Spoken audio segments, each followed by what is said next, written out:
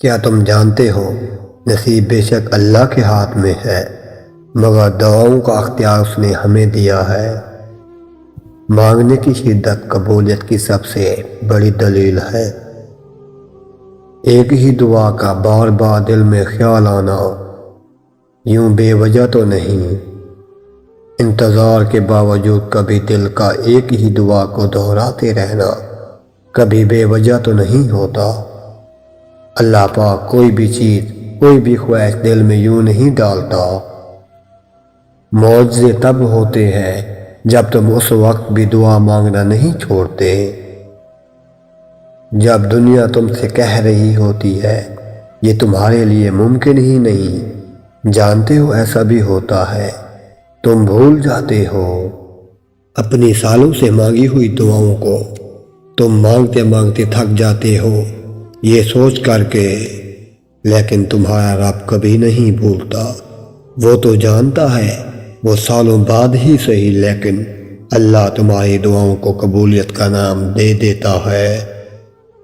اسے سب یاد ہے تمہارا راتوں کو اٹھ کر دعائیں کرنا۔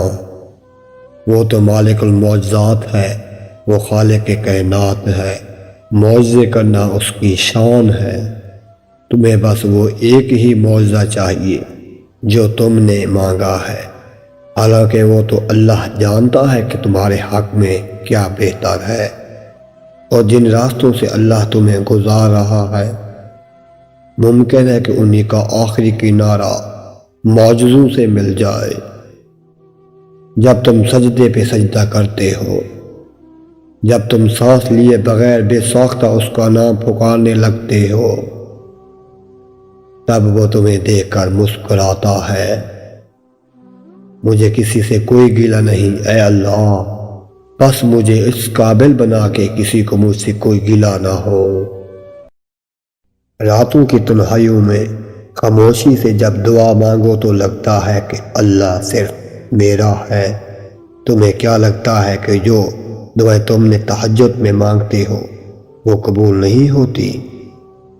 کبھی کبھی بہت پہلے مانگی گئی دعائیں بھی قبول ہو جاتی ہیں، اور جب وہ قبول ہوتی ہے تو ہم بے ساختہ کہتے ہیں اللہ آپ کا انتظار کر رہا ہے۔ یقین جانیے یہ درد کا ڈھیر، انگنت آرزوئیں، یہ تمہارے علم اور تمہاری ہر دعا کا جواب رات کے 1/3 حصے میں ملے گا۔ کیا تم جانتے ہو نصیب بے شک اللہ کے ہاتھ میں ہے، مگر دعاؤں کا اختیار اس نے ہمیں دیا ہے۔ کبھی بھی ہمارے پاس میں یہ نہیں ہوتا، ہم اللہ کو کبھی نہیں چنتے، اللہ ہمیں چنتا ہے۔ مشکل وقت میں ہمیشہ دعا مانگا کرو، کیونکہ جہاں پر انسان کا حوصلہ ختم ہو جاتا ہے وہاں سے اللہ کی رحمت شروع ہوتی ہے۔ دنیا میں سب سے تیز رفتار چیز دعا ہے، جو دل سے انسان کی زبان تک پہنچنے سے پہلے اللہ تعالیٰ تک پہنچ جاتی ہے۔ جب اللہ تمہارے دل سے کسی چیز کا خیال نہیں نکالتا تو وہ اسی چیز کو تمہاری حقیقت بنا دیتا ہے۔ اگر اللہ تمہارا دل نہیں بدل رہا تو یقین رکھو کہ وہ تمہارا نصیب بدلنے پر راضی ہے۔ جس پکار کو ہر لمحہ ہر دفعہ تمہارے منہ سے سنتا ہے نا، پھر وہ اسے کیسے رد کر سکتا ہے؟ جب کن سے فیکون کی لڑی ملتی ہے تو پھر لمحوں میں تقدیر بدل جایا کرتی ہے۔ بات تہجد کی ہے تو ذرا محبت سے سنیے گا۔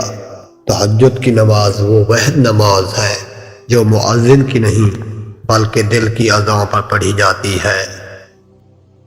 تہجد تو اللہ کا محبوب ترین وقت ہے، جس کا وہ ذکر قرآن میں یوں کرتا ہے کہ بے شک رات کے وقت اٹھنا ہی ایسا عمل ہے جس سے نفس اچھی طرح کچلا جاتا ہے اور بات بھی بہتر طریقے سے کہی جاتی ہے۔ تم روشنیوں کے رب کو رات کے اندھیروں میں پکارو، وہ تم پر اپنی رحمت اور معجزوں کے دروازے کھول دے گا۔ کبھی کبھی انسان لڑتے لڑتے تھک جاتا ہے، پر آخری امید رات کی تنہائی میں تہجد کے سجدوں میں آنسو سے اللہ سے باتیں کرتا ہے اور دل ہلکا ہو جاتا ہے۔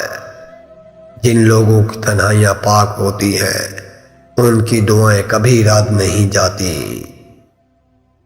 اللہ آپ کا انتظار کر رہا ہے، یقین جانیے یہ درد کا ڈھیر، ان گنت آرزوئیں، یہ تمہارے غم اور تمہاری ہر دعا کا جواب رات کے 1/3 سے یعنی تہجد کی نماز میں ملے گا۔ مسلسل ایک ہی دعا کو ہر نماز میں مانگنا کوئی اتفاق تو نہیں، یقین رکھو اگر اللہ دل سے دعا کا خیال نہیں نکال رہا تو پھر اس دعا کا پورا ہونا تمہارے نصیب میں لکھا جا چکا ہے۔ اللہ کے فیصلوں پر یقین رکھو، اس پر یقین رکھنے والے خالی ہاتھ نہیں جاتے۔ انسان کا نقصان مال اور جان کا چلا جانا نہیں، بلکہ انسان کا سب سے بڑا نقصان کسی کی نظر سے گزر جانا ہے۔ کچھ رشتے اللہ تعالیٰ خود ختم کر دیتا ہے تاکہ ہماری زندگی خراب نہ ہو سکے۔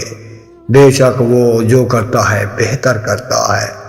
جب کن سے فیکون کی لڑائی ملتی ہے تو لمحوں میں تقدیر بدل جایا کرتی ہے۔